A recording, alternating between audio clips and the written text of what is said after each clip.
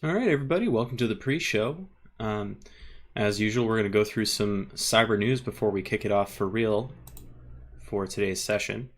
And it was a little bit of a lighter week in cyber news, honestly, this week. Not necessarily a bad thing, although it gives us less to talk about here. But there was, of course, more ransomware that we saw in the headlines this week. So in this case, it was the University of Utah, where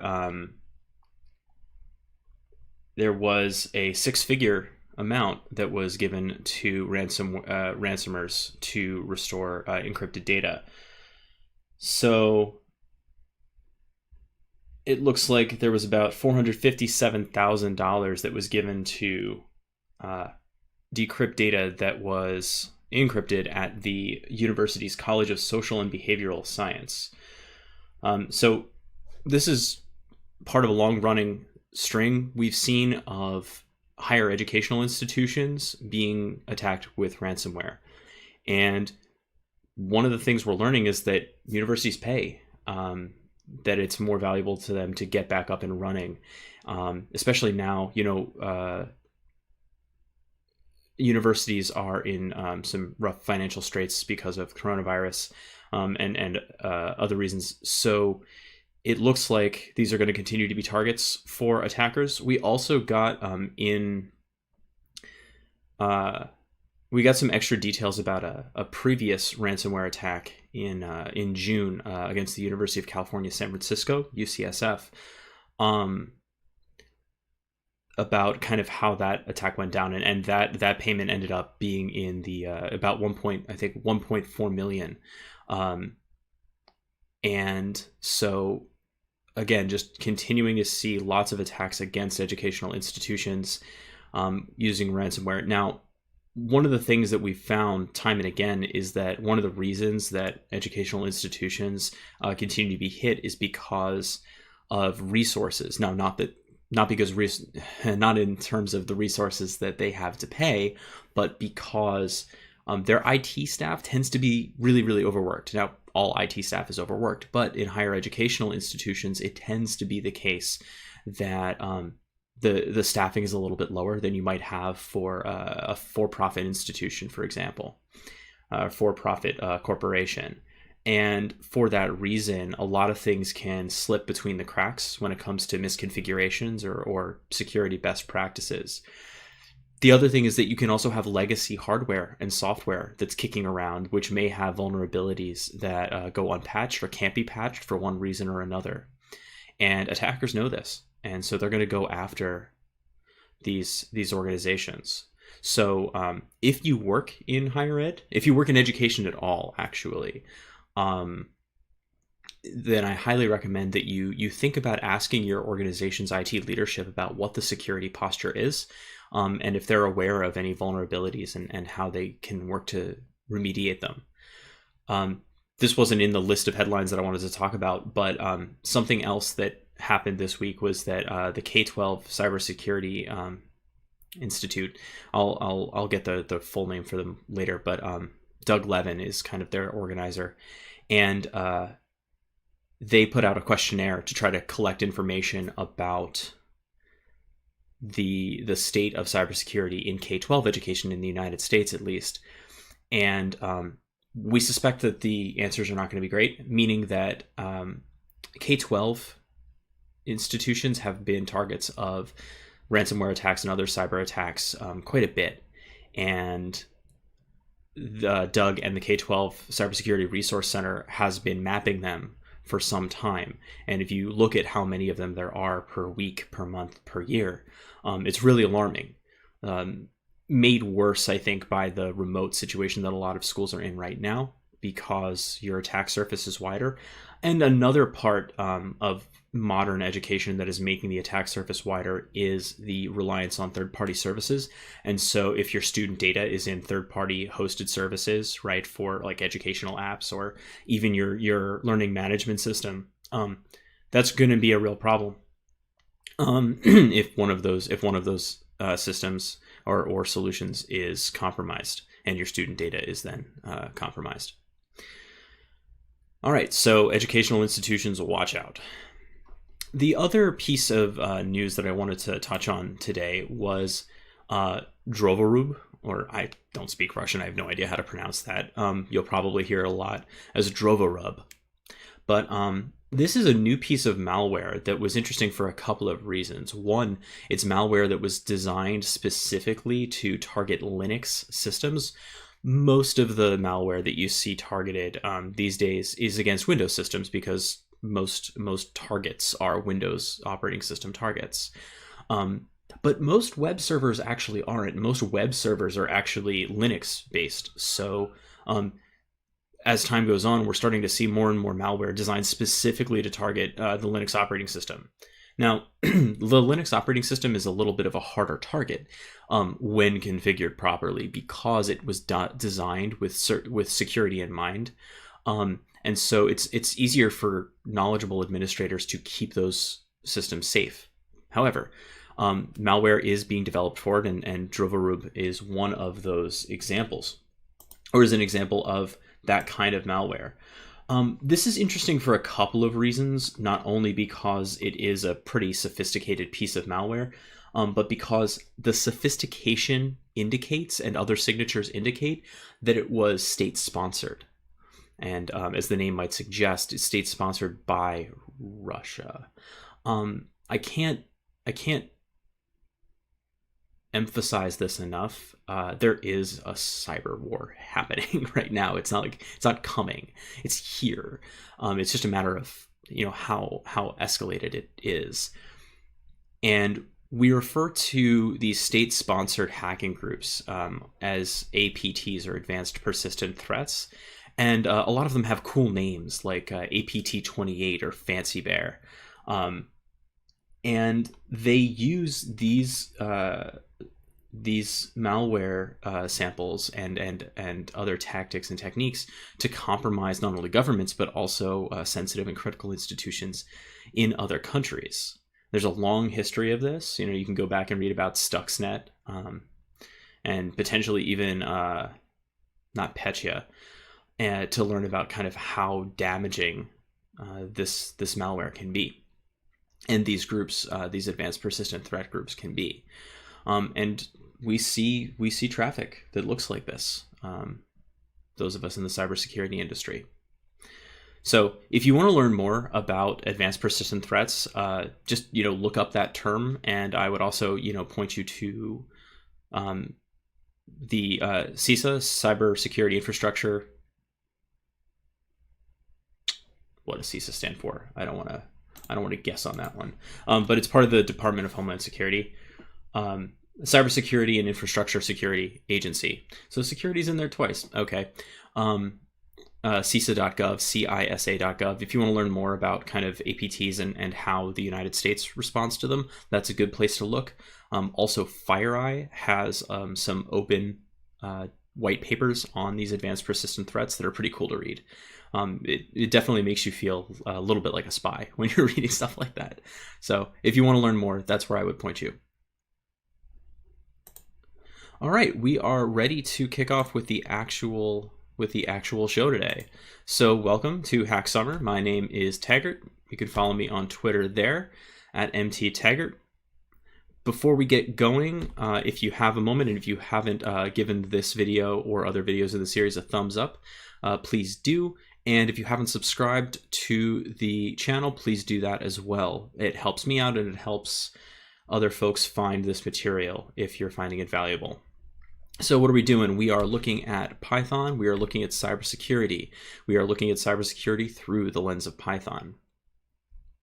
Now, last time we took a step back from our plowing through new material to talk a little bit about how to practice. And we went over a few places and resources that I've used in my career to become a stronger programmer. So we looked at Exorcism, we looked at Code and Game, and we looked at Code Wars. Hopefully those were of value and that you found some time to practice on those. We're going to do a little bit less Python today. We're going to talk about a concept that's very difficult but very necessary for the next step of talking about cybersecurity and programming, the kind of programming that we want to do. and that's networking, computer networking. This is a massive topic, and usually when it's discussed in formal education, it is discussed kind of from the most fundamental parts of computer networking up to the more complex parts. We are not going to do that. We are going to go kind of the other way. The reason being is that we're going to start our networking conversation at the level that most of us experience it, right? Rather than starting at the base layer of when we talk about networking infrastructure. The base layer is like literally the electric current going through wires between computers. And then the next level up is like the hardware that handles that electricity. And then it gets more complex from there. But we don't think about that level. So we're going to start our conversation about networking kind of at the more common, like what happens in a web browser level. Networking is everything, right? When it comes to modern computing, we really wouldn't have the world we would have without networked computers. Certainly we wouldn't have the internet, but also, things like distributed computing, cloud services, all of these things have been made possible through networked computing. But it's not all the same thing. It's not all the internet the way that we think of it, or the internet that's presented to us through our web browsers. So we're going to talk a little bit about how that networking works, and we're going to play with it a little bit. So before we get too far into our discussion of how computers communicate, what we really want to do is we want to set some things up. So unfortunately, what we want to do next, we can't actually do with we can't do it with Replit, because for security reasons, Replit doesn't want us to do this, which is totally fine, right? It's understandable. We can't build essentially a hacking infrastructure on Replit. They don't want to become a command and control plane for malicious actors. So instead, we are going to use, at least for demonstration purposes, and you can follow along if you like, but you don't have to, we're going to use Google Cloud. Let me show you what that looks like, and then we can come back and talk a little bit more about networking. No.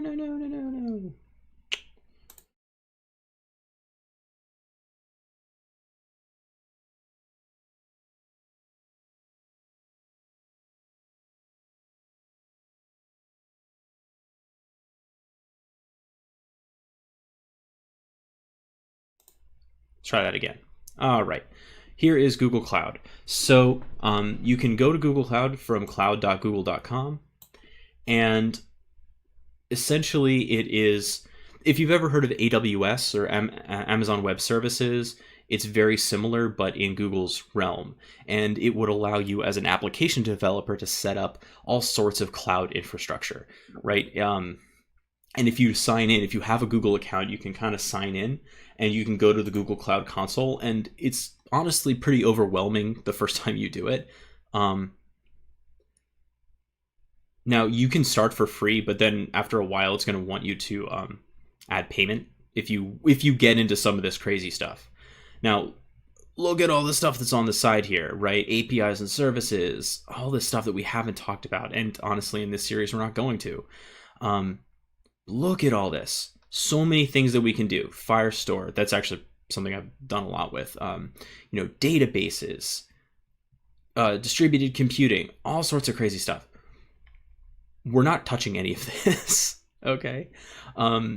If you want to play along with what we're doing today with our networking exploration, all you need is the Cloud Shell. So this is going to look very familiar to what we've been doing in the bash replits that we've been using. It's just that this is a more complete instance of Linux, and it has the networking tools that Replit does not. So if you want to play along, if you have a Google account or you want to set one up, and go to cloud.google.com and then go to the console at console.cloud.google.com. From there, all you need to do is click on this terminal looking icon, and what you'll get is a Cloud Shell. Just like so. So it's starting up my Google Cloud machine. and it looks just like a command prompt that we're used to. I'm going to pop this up into a full screen, so it's the same shell but in a full tab. And I'll also zoom that in just a little bit to make it easier for us to read. And that's kind of all there is to it. We have a perfectly working command line instance. If I type ls, right, you can see that I've got stuff in there. If I do pwd, right, you can kind of see that it works just like the Linux instance that we're used to. So we're going to leave this alone for right now, and we're going to talk a little bit more about how networking works in general.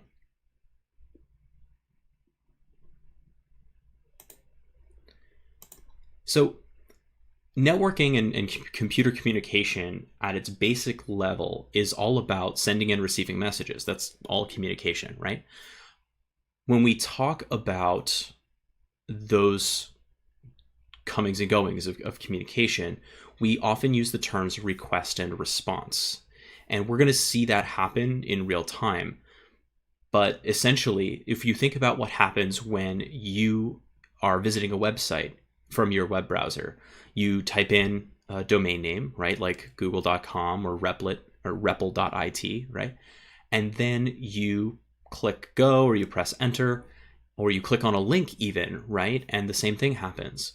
From there, your computer is making a request out to another computer.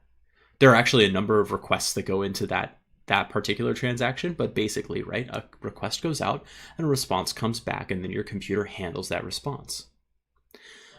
That particular exchange, in that particular exchange, those terms are referred to, or those computers are referred to as servers and clients. So the client is the one making the request, and the server is the one making the response. And generally, when we talk about, a user connecting to a website, for example, you're always the client, and the host of the website is always the server.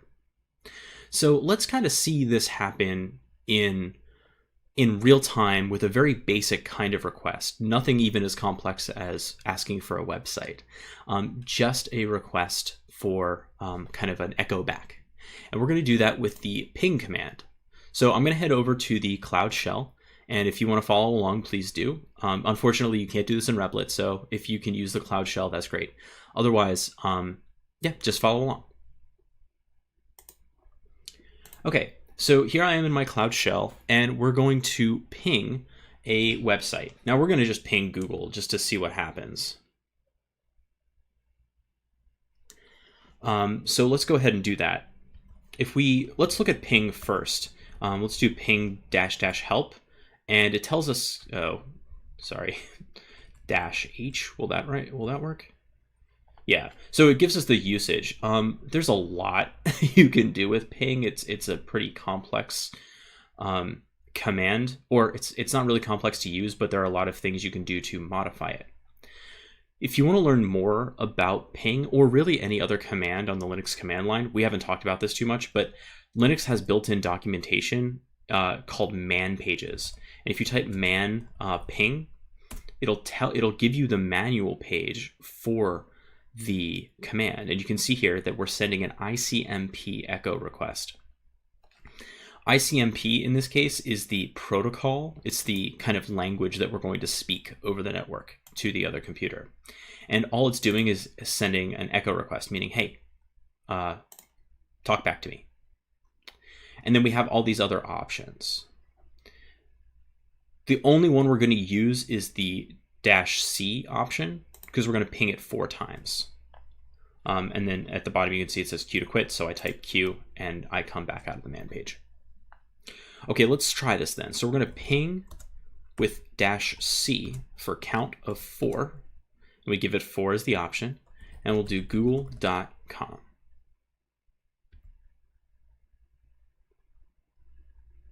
Okay, so a lot just happened, even if it doesn't seem like it.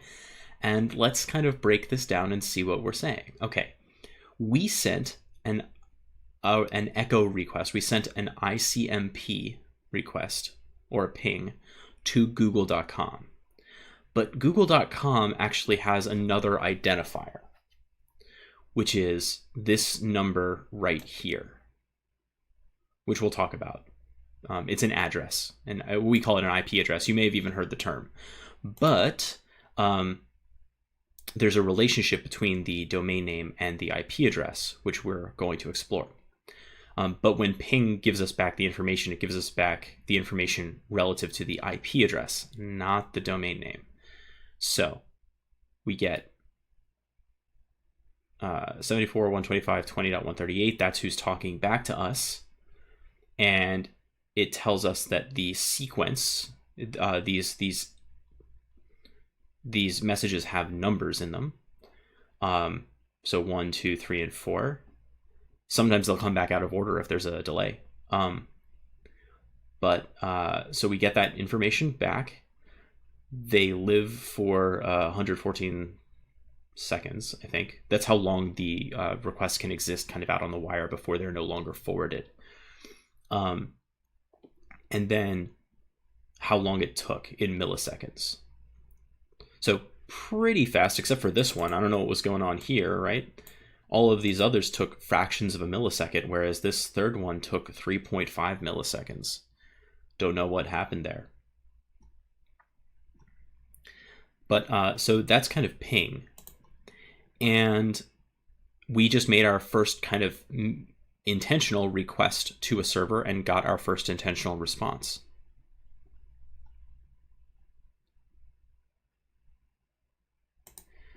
All right, so that's ping. Now let's talk a little bit about domain names and IP addresses. So you notice that when we pinged google.com, we got a response back from a specific IP address. What's that about? As you might imagine, so IP addresses are how computers are identified on the internet, and we'll talk about their structure in a second. But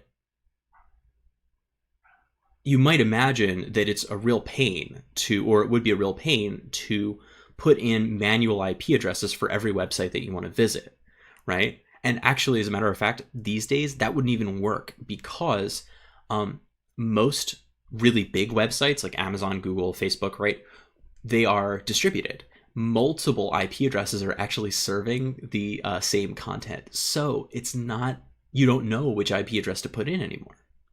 That's where domain names come in. So essentially what we do is we take a domain name like google.com and we translate it into an IP address. That translation is handled by a system called the domain name system, or DNS. And DNS lives in a bunch of different places. Sometimes that translation can occur on your computer if it has a cache of what the translation should be. Sometimes it happens at your router in your house, right? If you have DNS set up there, and then it can happen at DNS servers on the internet, and that translation provides back records for what the translation should be. Let's take a look at how that translation works real quickly using another command.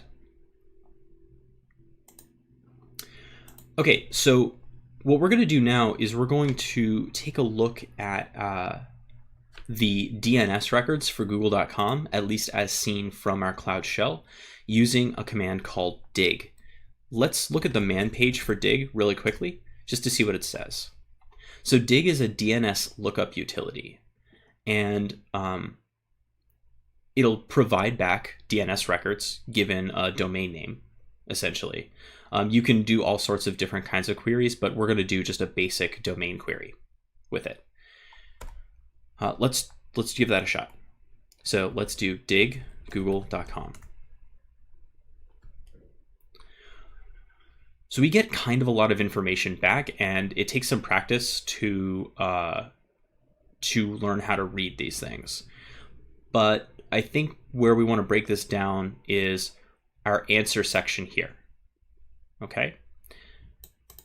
There are many kinds of DNS records, and the A record is a pointer or an address record, where this is translating google.com to a specific IP address.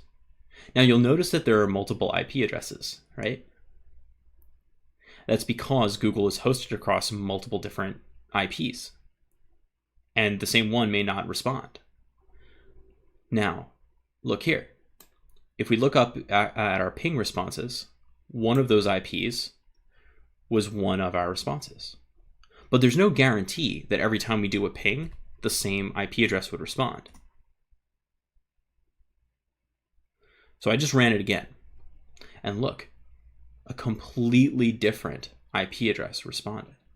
In fact, a completely different IP address that wasn't in this list responded. Interesting, right? Even though if I do a dig again, I'll get the same records.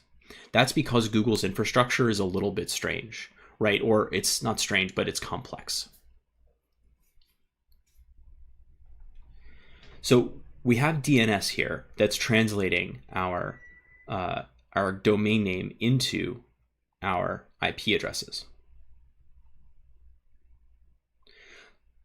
Let's talk a little bit more about IP addresses and how they work. I think this is a really, really important and crucial as we move forward. So you may have seen IP addresses before. You may have even seen IP addresses when you're setting up devices on your home computer. If you wanted to look at the IP address on a Linux computer, just like this, you would type IPADDR. If you're on a Mac, that doesn't work. You would need to do ifconfig, which is an older command. We don't use it anymore. So I'm gonna focus on IPADDR, just like that. There's a lot here, and so I just want to break it down very, very quickly. What we're looking at in all of these numbered sections is the different network interfaces that the computer has. What are network interfaces? So most computers have two that you think about, right? You have maybe your wired internet connection, right? Your Ethernet connection that you plug a network cable into, and you'll have your wireless connection. Most computers these days have one or both of those. Now you also have this other one, and no matter what kind of computer you're on, you have this one too, called a loopback. And this is to send network requests back to the source, back to the own computer. So that address is it's reserved, it's special, 127.0.0.1. And if you've ever seen like a joke t-shirt or something that says that there's no place like 127.0.0.1, that's because it's home. It's the local computer. So the IP address of this computer on the internet is not visible because it's inside of another network. If you run this command on your computer, you will get a local IP address rather than the IP address that your house uses, for example, on the internet. The router that you go through to speak to the internet has two sides, inside and outside. And the outside has a separate IP address than the devices that are on the inside. And let's explore why that's true by talking a little bit about the structure of IP addresses. I'm going to pop open a text editor here just to play with IP addresses and explain how this goes. So let's take a look at the structure of a given IP address. Let's do like 192.168.0.10. Okay. This may look like the kind of IP address that you have for devices in your house. It may also look something like 172.16.something.something. There's a reason for that. There are certain conventions that we follow with IP addresses, but let's break this out a little bit. What do we notice? We notice that there are 4 sections, right? There are 4 sections. Each one of these sections has a number. Now, it's not immediately clear, but these numbers have a range. Each one of these sections has a possible range of 0 to 255. So there are 256 potential values for each of these sections. These sections are called octets.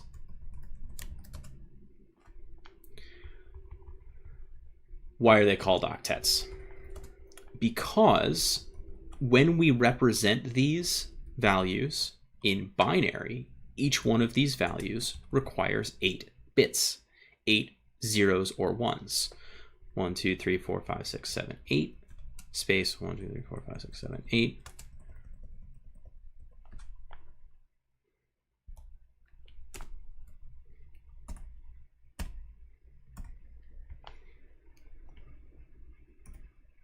Oops.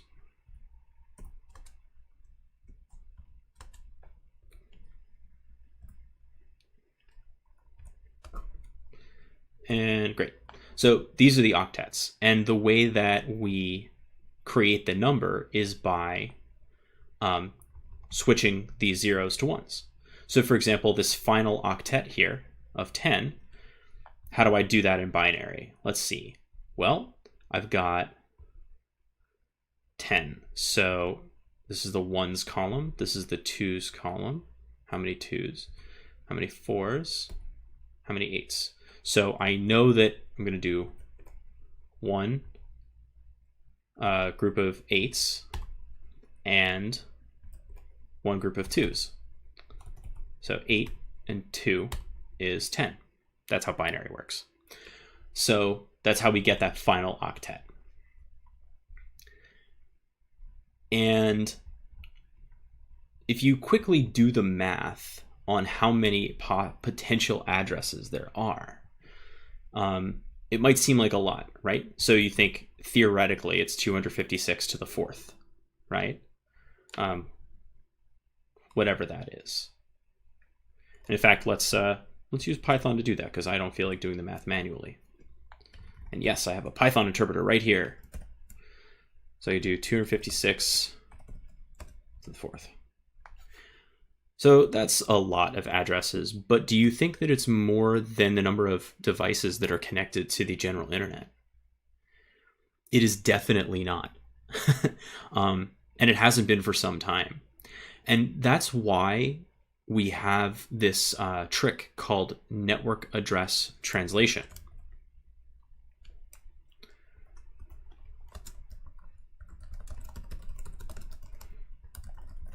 So if you think about your home network, then you have a router that's at the edge of your home network, right? Out to the general internet.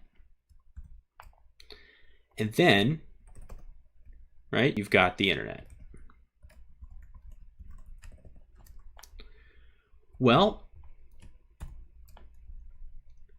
on one side of this router, devices have IP addresses that are local, right? And they kind of look like this usually, 192.168.something.something. But then all the traffic that comes from this home network, right, that's closed off mostly, is then translated through this router and then presented on the other side, because your router has a network interface on this side and a network interface on this side. And this network interface has a different IP address. And if you go look up on Google, I'm not going to do it for myself because I don't want you to know what mine is. But if you go look up on Google, like, what's my IP, it'll tell you your public IP address, the IP address that's on this side of your router. And that's the address that that traffic on the internet is working with. And then similarly, you know, if you were connecting to some other server that's on the other side of some other router, right? You would be working in sort of the same situation where you have, you know, somebody else's router, and then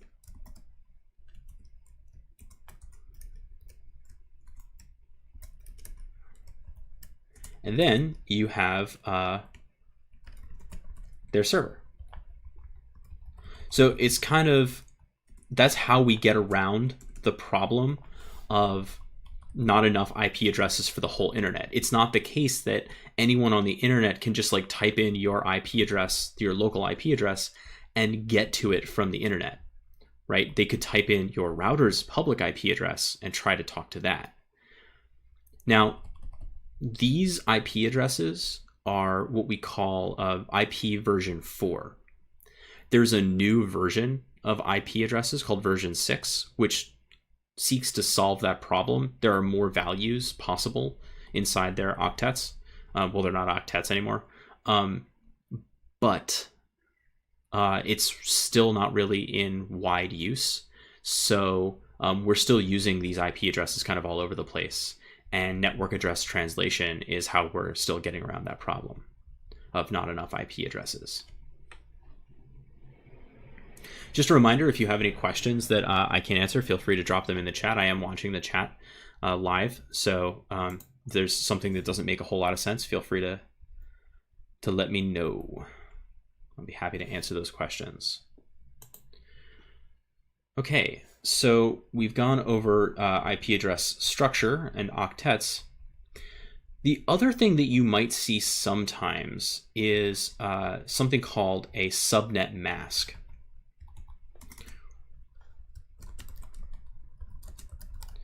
And this can be very, very confusing the first time that most folks work with it. So subnet masks can sometimes look like this: 255.255.255.0, or they can look like this, a /24. And in fact, let's go back down to our command line, and let's run that IP adder command again. And you'll notice that I am getting my subnet mask in that slash and a number format. So what does that mean? So if you think about IP addresses, right, like 192.168.0. whatever, you have to think like, how do computers know what's in my local network at home and what isn't? Right? How do I know, how do I distinguish between stuff that makes sense for me to try to talk to and stuff that doesn't make sense for me to try to talk to? Well, that's really what the subnet is all about. Your home network does not need all, however crazy many of those IP addresses in the whole IP address space, right? 255 to the fourth. Your home network doesn't need all that. It hardly needs usually over 100 addresses. So what we do is we mask off most of that IP address space to indicate what is the local subnet. And then everything that isn't part of that subnet is routed another way. So how does the mask work? So if we take a look at that 192.168.0.10, and let's say that it has a subnet mask of 255.255.255.0. And I'm going to space this out a little bit so that our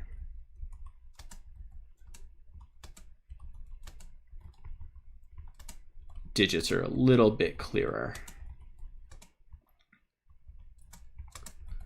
Okay. Ugh. Great. So what this mask is saying is that values 0 through 255 on this octet are unavailable. They're masked off. Values 0 through 255 of this octet are masked off. Can't change them. You don't talk to those. Values 255, 0 through 255 on this one are masked off. However, values nothing. No values are masked off in this last octet, meaning you have access to the entirety of this part of the address space. Meaning that the total resulting address space in this subnet is 192.168.0. That's locked in. You can't change those numbers. But you do have access to 0 through 255 in this last octet. All of those values are available to you. And if your router receives a request for communication in this address space, it knows that it's local and will handle it appropriately. And as importantly, if it receives a request for an IP address that is outside of this range. So, for example, if we were to throw at something like 192.168.1.10 rather than 0.10, it would say, oh, that is not part of my local subnet. I need to send this someplace else. And that someplace else is usually the default gateway, which will send it out to the outside. Some really complicated networks have multiple subnets internally, and that routing is also handled here. But this idea of a subnet where we mask off parts of the address space, that's a really important concept. And you can see that then we only have to handle this last subnet. Now, how does this mask relate to these slashes here, the /24? It's about the bits. So if you think about how many bits are masked off in each case, 8 bits are masked off. Then 8 bits are masked off again, and then 8 bits are masked off again, leaving 8 bits. So all told, your IP address makes up 32 zeros or ones, right? And we're masking off 8, 16, 24 of them. That's how the slash number works. So if you look down at the IP address for this Cloud Shell's network interface here, 172.17.0.4/16, what does that mean? It means that there is a different shape subnet mask than the one that we've been talking about here. So let's break that down. So I have a subnet mask I have an IP address of 172.17.0.4. And I have a subnet mask. Again, let me space those out. And I have a subnet mask of 24. A subnet mask of 16. Okay, well, let's block off the first 8 bits. So that's 255, done. And then I block off another 8 bits to get to 16. That's that done. And then 0.0, meaning that the available address space for this subnet is huge, right? It's 172.17.0 through 255.0 to 255. So I have 256 squared, 256 to the second power number of addresses in this subnet, which is gigantic. This is kind of Google's virtual infrastructure internally, where this computer is living. That's why this looks like this. But this is a gigantic address space. So if you ever see this notation, that's kind of how to understand that. All right. One last cool thing that we can do. I'm going to just write this to notes. I don't think we're going to save this, but just in case. One last cool command that we can use, let me close this pane here, is traceroute. If it's installed, it's not. Okay, fine. Let's talk about installing stuff. Some of the other tools or toys we're going to play with today, we have to install if you're playing around with the Cloud Shell. So we use a command on this version of Linux called apt to run it, to install it. And so we also need extra powers, extra privileges, like running it as an administrator. So to do that, it's sudo or sudo. Most people pronounce it sudo, but it's actually, it's short for super user do. Apt install traceroute.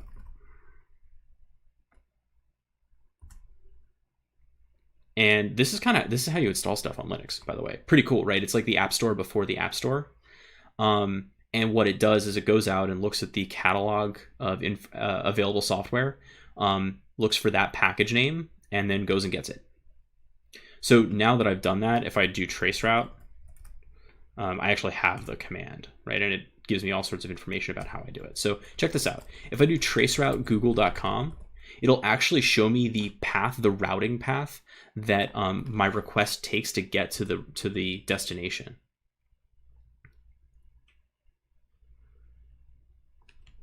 It didn't have to go very far because I'm on Google's infrastructure, right? It's not having to do much for me here. But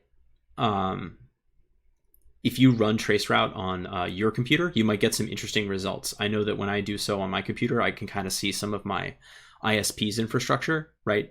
Kind of the way that it relays information out to big exchanges for internet data. The other thing you can do if you want to learn more about how your computer is set up on Cloud Shell, you IP route, and it tells you how the routing goes. So you can see here that there's my primary network interface, right? The one that we were playing with in this subnet. And it tells me that I'm routed through this address here, 172.17.0.4. That's the router's address. So if you have a home IP address of 192.168.0. something, like 10, most likely your router is at 192.168.0.1. And you can even put that in your address bar in your browser, and you might be able to see your router's web interface. Fun times.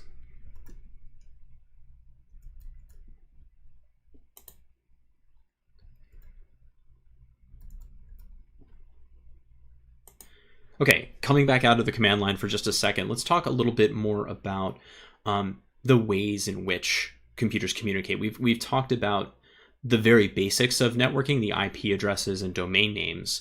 We needed to cover that material so that we could understand what's going to happen next. But once two computers are communicating over IP, right, over Internet Protocol, they have different languages, which confusingly are also called protocols. And those languages, those methods of communicating, you can have really different results. So one of them, which we use all the time, is HTTP, or Hypertext Transfer Protocol. That is a language that applications can speak. We're going to explore 3 of those application protocols today, and the first one is called Telnet. Telnet is ancient, and it isn't really used for real anymore. Well, it shouldn't be, but it actually is used all the time. Telnet is a plain text terminal protocol. So you may remember a while ago when we looked at the command line in the first place, and we looked at TTY and what that stood for, and the old teletype terminals. Well, once we had actual computers, that information was sent over phone lines via Telnet. That's kind of what Telnet was originally used for. So let's take a look at how Telnet still works and see what we can do with it. So Telnet is a crazy insecure protocol because the information is transferred in plain text. That's why we never use Telnet anymore. But there is still some cool stuff you can do with Telnet, and my favorite thing to do with Telnet is watch Star Wars. I'm not kidding. You can do this from your home computer. This server is still up and running. If you go to telnet-towel.blinkinlights.nl, so it's in the Netherlands. This server is running an ASCII or plain text version of Star Wars Episode 4: A New Hope.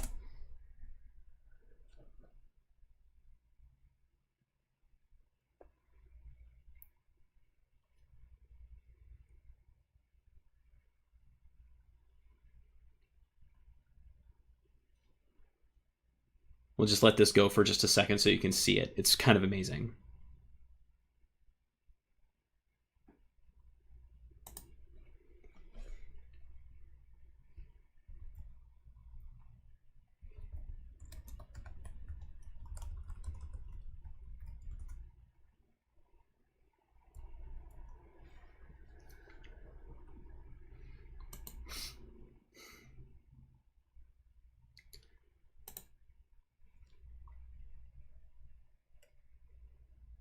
Okay.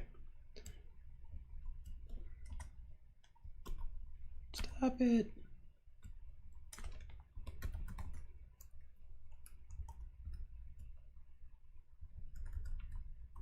Oh no, how do I exit out? Let me restart the session then. Terminal. I really need, fine, we'll do it the hard way. Okay, so that's Telnet.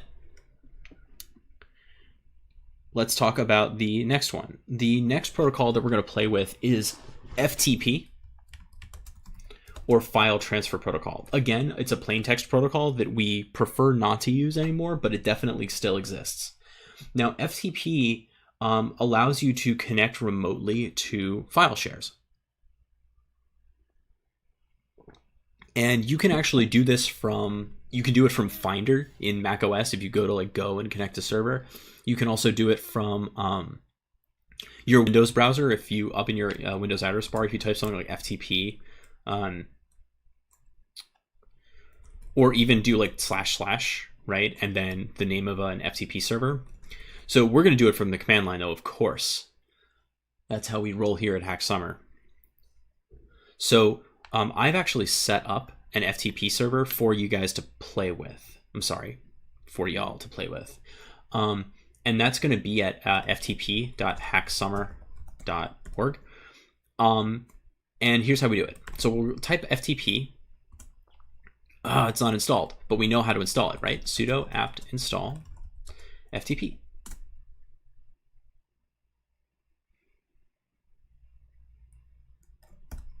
Okay. Try that again. FTP. Great.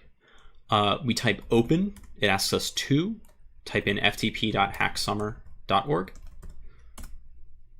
And it's going to ask us for a login. You see it's connected. So I'm going to put in Hacksummer. And the password is password123. It's a little fun thing for you guys to play with. Refusing to run with writable root inside to root. Oh, oops. Let me fix that real quick.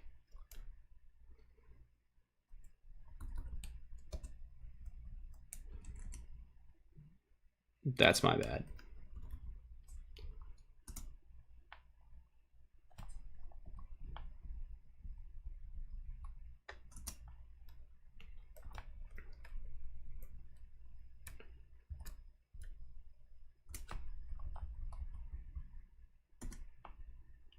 Okay, let's try it again. Let's try login. Close. Open to ftp.hacksummer.org. Login is hacksummer and password 123. Great.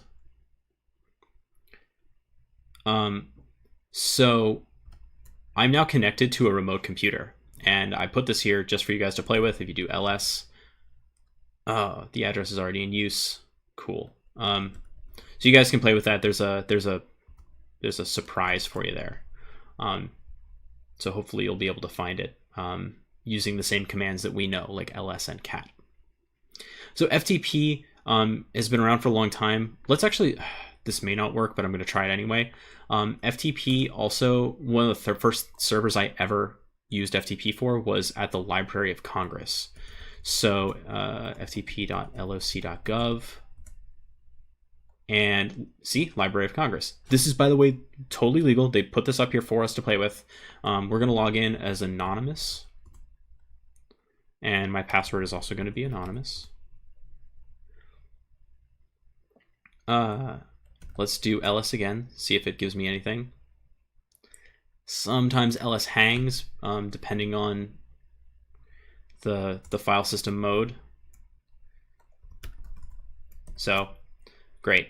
So that's FTP. I just wanted us to see how connections work over that protocol.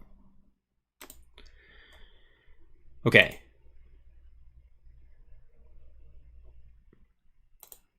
Now we're at the most important of the protocols that we need to talk about, which is HTTP. HTTP, Hypertext Transfer Protocol, it's everywhere, right? It is how you got to this website. It is how you interact with your web browser every day. Now we also have HTTPS, which is the same protocol, but it is encrypted using asymmetric key encryption. So it makes sure that the traffic that is sent over the network is not readable by third parties. That is really, really important, and you want to make sure that you're using HTTPS wherever you can. However, HTTP as a specification is the same whether the traffic is encrypted or not. HTTP has, again, requests and responses, just like we've discussed with our other protocols and with computer networking in general. We can actually see it happen in the browser. So let's go check that out. Let's go just to google.com. And we didn't see much happen because we don't have the tools open to look at it, but we can open the tools. Go ahead, and if you right click and go to inspect, or press F12 on your keyboard, you will get the Chrome inspector. And this has a lot going on in it. Just a lot going on. Sorry, let's, there you go. This has a lot going on. So you have elements to inspect the actual page content. We are not going to do that today.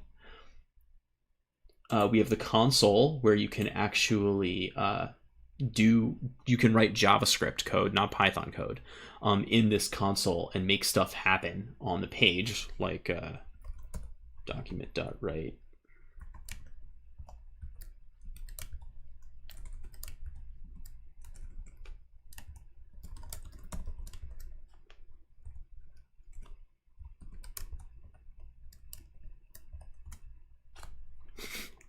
They just modified the content of google.com. And then you have sources to tell you kind of what's getting loaded and where from, which is really, really interesting because look, it ain't just from Google, right? You see ads, stuff coming in, fonts, all sorts of stuff coming from Google rather than just this search page.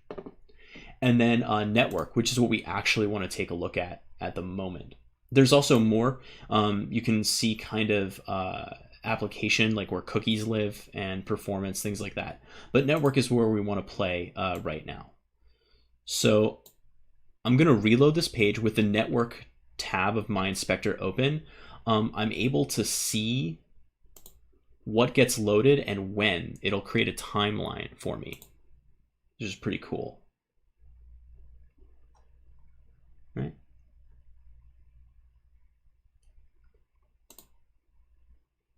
Now, if I click on the first thing that was loaded, like all of google.com, you can see that there's a headers section and then there's like a response section. Let's look at the response quickly, and you can see that it is like the entire HTML page that got loaded, right? That's what the response was. But headers are really important. Headers are part of the HTTP protocol. They're part of the language of HTTP. It tells headers are what prepend the actual content of a request to tell both clients and servers how to respond. So if you look at let's look at the request header first.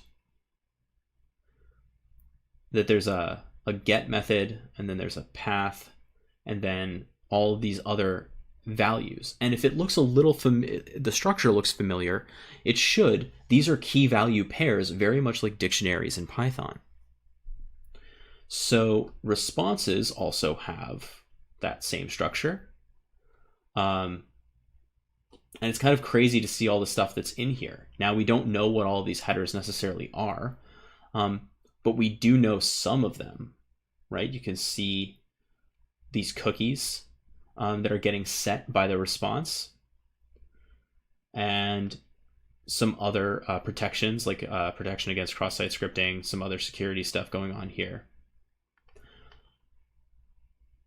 Let's we can simulate an HTTP request without a web browser. And I wanted to show you that before we moved on. So let's head back over to our Google Cloud Shell here. And we're going to have to install one other tool, which is netcat. Sudo apt install netcat. Netcat is like my favorite. It's my favorite networking tool, and it's I use it all the time in offensive security testing, because it's kind of like the Swiss Army knife of networking. You can represent all sorts of network requests with it. You know what? Let's also install, while we're here, let's install another tool called curl. We'll see how they differ. Just kidding. Let's also do one more. This is really fun. Called links. Okay, and we'll start. Okay, so we'll start with links is bigger, but it's worth installing. Okay, so we'll start with links. Links is awesome because it's a terminal-based web browser. So check this out. If you do links, google.com, look at this. Oh man, it's so retro. I love links so much. So look, it's representing the Google website in plain text.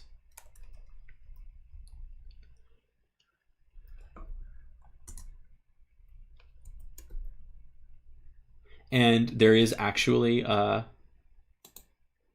you can see that there's like, I can click on things even. It has mouse detection.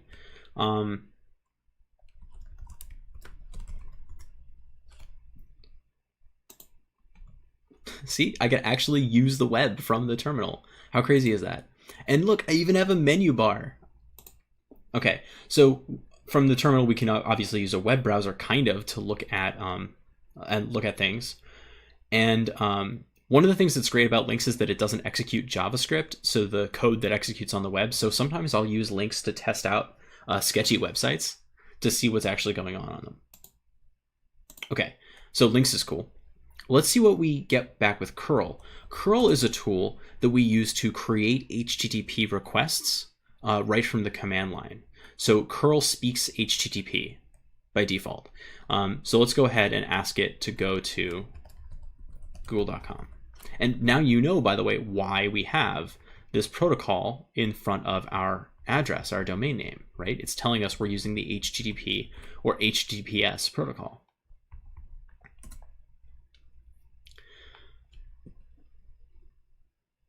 All right, so it tells us that it's getting a 301, which is it's a redirection directive, but you can see that we're getting content back, and it looks like the HTML that we saw in the web browser, right? It has these tags.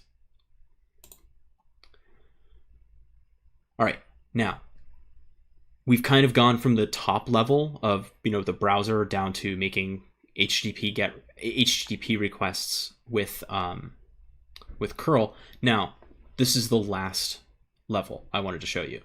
We're going to use netcat the same way. So NC, and netcat requires both the destination and what we call a port. We haven't talked about ports yet, but ports are kind of channels of information that computers separate network traffic into to identify what kind of traffic they are. And web traffic, unencrypted web traffic, happens on port 80. So let's give this a shot. Now, nothing happens if we press enter because netcat is waiting for us to enter data to send. So I'm going to create the first part of an HTTP header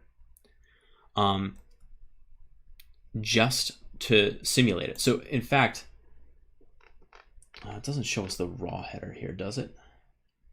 It doesn't, unfortunately. That'd be too much to ask for.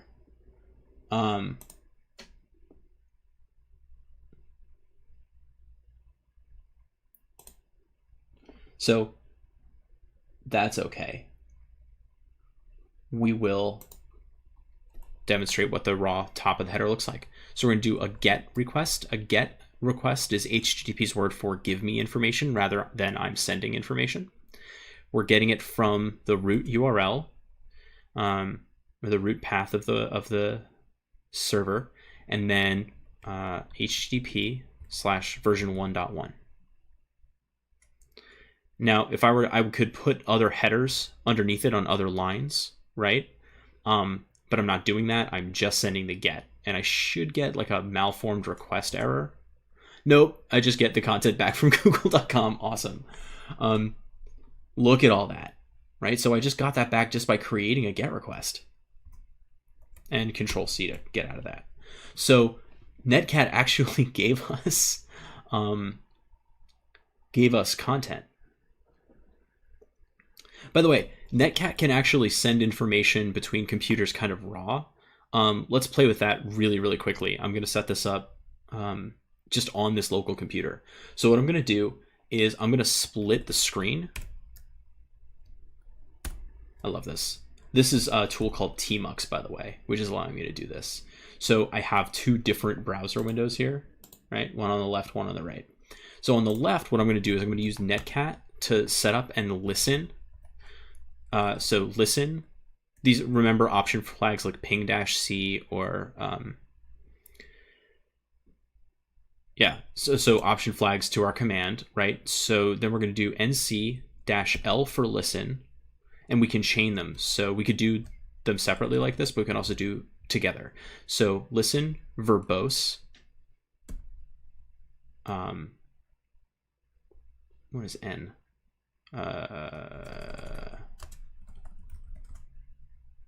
Let's look at the man page. Make sure. I know that I need the n, but I can't remember what it's for. N. Oh, right. Numeric only. No DNS. So it's not going to do DNS translations, which is fine. LV no DNS, and then we're going to give it the port. What port are we going to listen to? Let's listen to port 9999. Okay. Now, in my other window, remember that I had that loopback IP address, right? 127.0.0.1. Let's talk to our own computer over that port 9999. If I do nc 127.0.0.1 9999, look what happened. I got a connection, and now I have kind of both of my terminals are waiting for something. What are they waiting for?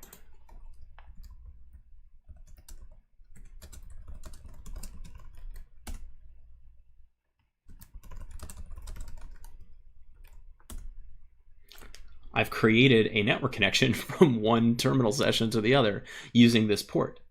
And by the way, look how it's this number right here is the port that the information is actually coming from this side, because it chooses a random available port internally. And that happens when your computer makes a request too out to the internet. And then just Control-C to knock that off. Okay, fun with Netcat. There's a lot that you can do with Netcat. Okay, now you might be wondering, how do we do this in Python? And that's a very good question. How do we do this in Python? Python has a library in it called requests. And requests allows us to create HTTP GET requests and other kinds of requests, just like we saw with Netcat, but it's a lot more structured. So how do we play with that? Let's actually go over to Replit and start playing with that. So I'm going to go ahead and make a new, I'm going to do the bash REPL version of this just because, no, just kidding. I'm going to do Python because I don't have to use the command line really for anything here. I'm just going to do, I'm just going to do the Python Replit.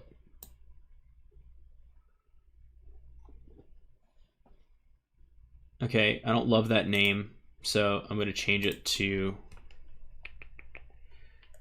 requests demo. Let's zoom that in here so it's a little bit easier to see. Okay, first thing we're going to need to do is import the requests library. Now, let's set up our URL as a constant.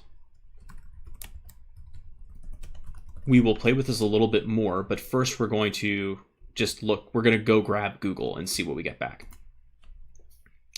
Okay, then we're going to do R, just as short for the response, is requests.get, and then we give it the URL. So we know how this works, right? Get is a method, part of the requests library or module. And it takes a single argument, which is we can give it more arguments actually, but for now it's just the get. And let's print R. So nothing fancy at all, just getting the request library, setting up a URL, and then sending an HTTP request to that server. Let's run that and see what we get. Okay, so we got a response of 200. Now, we haven't talked about HTTP codes, but the response codes tell you a little bit about what happened with the conversation. 200 means all good, everything's great. And that's exactly what we want to see. Now, R has all these other properties. So let's actually print out r.status code. And let's also print out, I don't know why I parenthesized the top level of that, print r.text.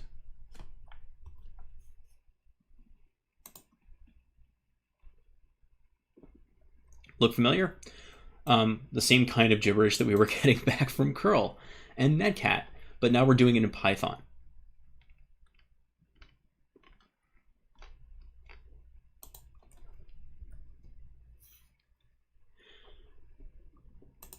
This is incredibly handy. I use requests all the time. By the way, you can even use requests to attempt login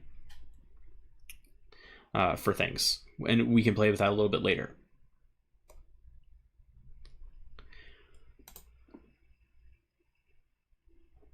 But yeah, this is how we start playing with requests in Python. All right. So I think we're going to end it there for today. We've been going over a lot, really for almost over an hour for almost all of our sessions. But for today, I think we're going to end it there. We've covered a lot of material, especially, when we're talking about IP addresses, subnets, domain names, all sorts of things. And I want to give you an opportunity to explore that a little bit, play. If you have questions, leave them in the comments below, or ask on Twitter. Feel free to do that as well. Networking is really crucial to everything that we're going to be doing for the rest of the course. And we only have 5 more sessions before we were going to end this. So we have some ground to cover, but we certainly have time to do so. And there's a lot to look forward to. But it's going to be a lot easier if we have these networking concepts solid so that we can not stumble over them as we use them moving forward. In our next session, we're going to build on that requests library and build some useful tools with it. But for now, I think we're going to call it a day. Thank you so much for joining us. If you're enjoying what you're seeing here, feel free, if you feel motivated to give back in any way, I highly recommend that you check out Human IT. They are a nonprofit, a charitable organization that is giving low-cost internet connections and computing devices to families in need. And as the school year kicks off across America, that need only increases. So if you have either lightly used computing devices or you can give financially, feel free to check them out at humanit.org. Thank you so much for joining us today. Next week, as I said, we're going to be going deeper into the request library and writing networking code with Python. Thank you so much for joining us, and happy hacking.